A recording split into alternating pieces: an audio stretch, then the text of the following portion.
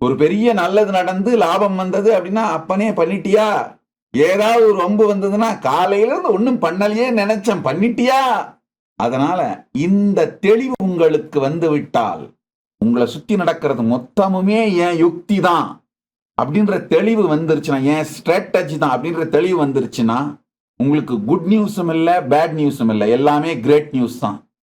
அணு வினாடியும் ஒரு யுக்தி செய்து என்னை அறிவிக்க பெரும்பாடுபட்டு, இங்க மட்டும் கொஞ்சம் பிரிச்சு சொல்லணும், உங்களை உங்களுக்கு அறிவிக்க பெரும்பாடல்ல, பெரும் பெரும் பெரும் பெரும் பெரும்பாடு.